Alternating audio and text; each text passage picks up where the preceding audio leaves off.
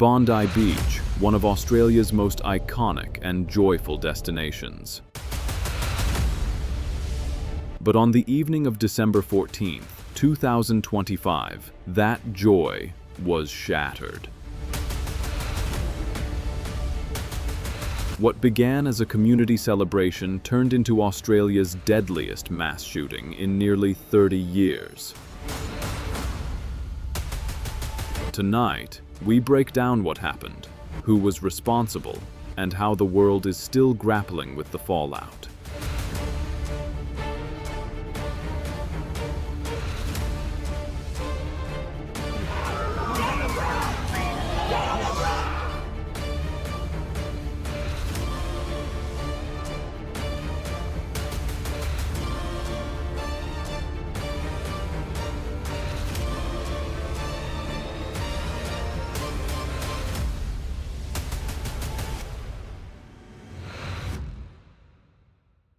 This beautiful stretch of sand, a place of holiday and family picnics, became the scene of one of the darkest moments in Australian modern history.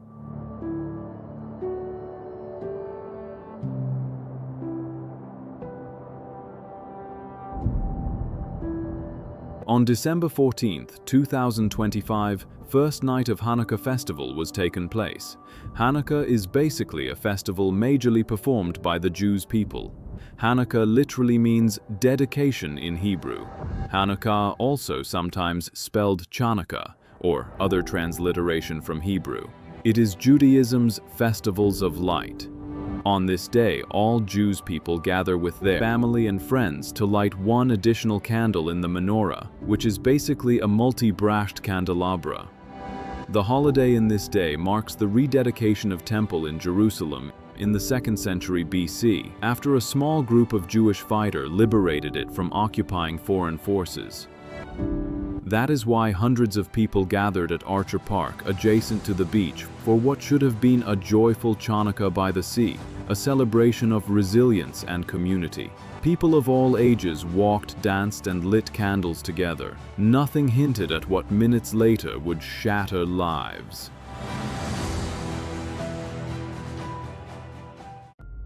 At around 6:47 p.m., two men opened fire from an elevated bridge overlooking the event. Over 80 shots rang out in less than 12 minutes. Undoubtedly, panic spread. People screamed, and chaos replaced celebration immediately. Emergency services rushed in, but the damage had already been done. Police later identified the shooters as a father and son. Sajid Akram, age 50, was shot and killed at the scene by officers. Naveed Akram, age 24, was critically wounded and taken to hospital, and later charged with 15 counts of murder and terrorism. Investigators confirms that the attack was ideologically motivated and inspired by violent extremist propaganda. The reason they were convinced because the evidence showed that extremist flags was found in the vehicle men arrived in. The men made no secret they were aiming at the Jewish community, as they were shooing other citizens away as they embarked on their rampage. Footage clearly shows that the shooters waving away bystanders before resuming fire in the direction of the Jewish gathering. Much remains unknown about the incident, but police says there is evidence to suggest the gunmen spent months plotting the attack. Videos found on Naveed Akram's phone show him and his father conducting shooting practice in late October at a location police suspect to be somewhere in regional New South Wales.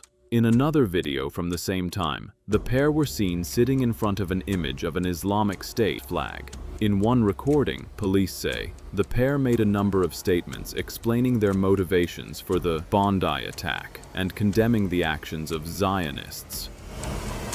Authorities in the Philippines had confirmed Sajid Akram and his son went to Davao on the island of Mindanao for almost a month in November.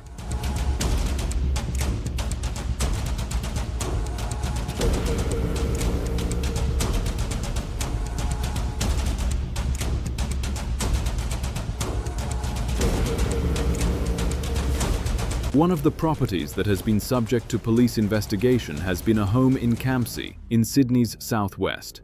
The police document said Naveed Akram reserved a room in the 5-bedroom house back in October for 3 weeks between December 2nd and 21st. Police believe the father and son occupied room 2 in the house. When investigators forced entry after the attack, they found gun paraphernalia, ammunition, a suspected improvised explosive device, bomb-making equipment, and 2 copies of the Quran. Speaking to police after the attack, Naveed Akram's mother said she believed the 24-year-old and his father were away on holiday in southern New South Wales. She told authorities the pair left a week before the attack, and she would receive daily calls from her son in that time. On December 12th, just 2 days before the attack, 2 men believed to be Sajid and Naveed Akram were pictured on security camera footage from Campbell Parade in Bondi.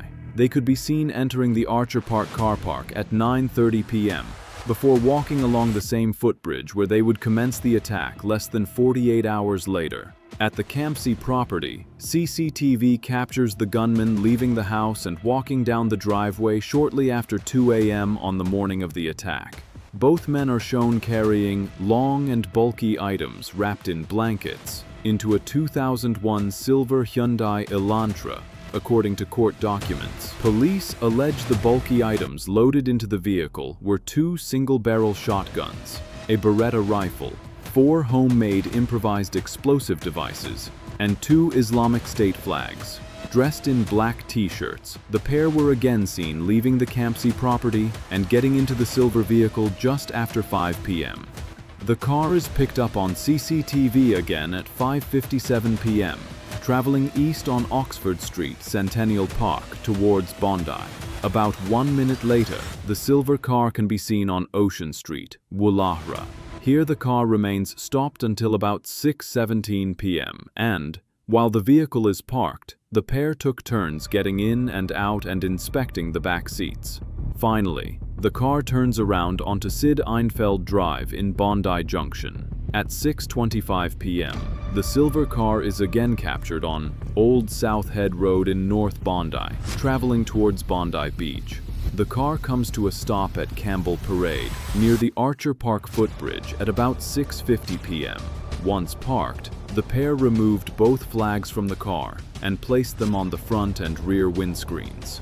The gunmen removed 3 firearms and makeshift explosives from the car and approached the footbridge. On that same street, a pass-by vehicle's dash cam footage confirms 2 people confronting those gunmen. The persons who were confirmed confronting were Boris Gurman and Sophia Gurman, who were killed during that attack. The explosives were thrown first into the crowd at Archer Park, but they did not detonate. The shooting attack began shortly after, with 14 people killed at the scene and another dying from their injuries in hospital. 40 people were injured, including 2 New South Wales police officers. Another explosive device was later found by police in the boot of the car. As terror unfolded, ordinary people acted with extraordinary bravery. One such figure was Ahmed Al-Ahmed, a 43-year-old Muslim father who rushed forward, wrestled a weapon away from one of the attackers, and gave others moments to escape. His courage saved dozens of lives that night. Among the 15 deaths on that night, the death of a young girl named Matilda. She was just 10 years old.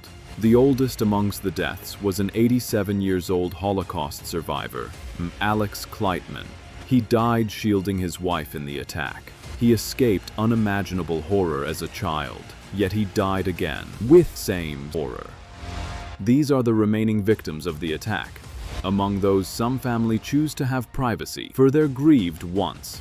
Behind each name is a family, a last hug, a voice now forever silent. After almost a week under police guard in a Sydney hospital, Naveed Akram has now been transferred to a correctional facility.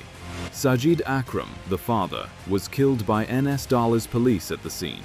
His son Naveed Akram survived critical injuries and was later formally charged with 15 counts of murder, attempted murder, and terrorism. The legal process is ongoing, with further hearings scheduled in 2026 in February. Leaders across Australia condemned the attack as pure evil and vowed to fight hatred and anti-Semitism. Laws have been passed to tighten gun control, enhance hate crime tracking, and recognize heroes from that day. Many Australians lit candles and held vigils to honor the victims' memories. What happened at Bondi Beach was more than just an attack. It was a fracture in the fabric of community, one that cut deep and wide. But from grief has also come unity. From memory comes resolve. We remember each name, each laugh, each life that the world will never see again. May the memories of the fallen be a blessing, and may we honor them by standing against hatred in all its forms. If you found this video meaningful, please remember to like, subscribe, and share respectfully.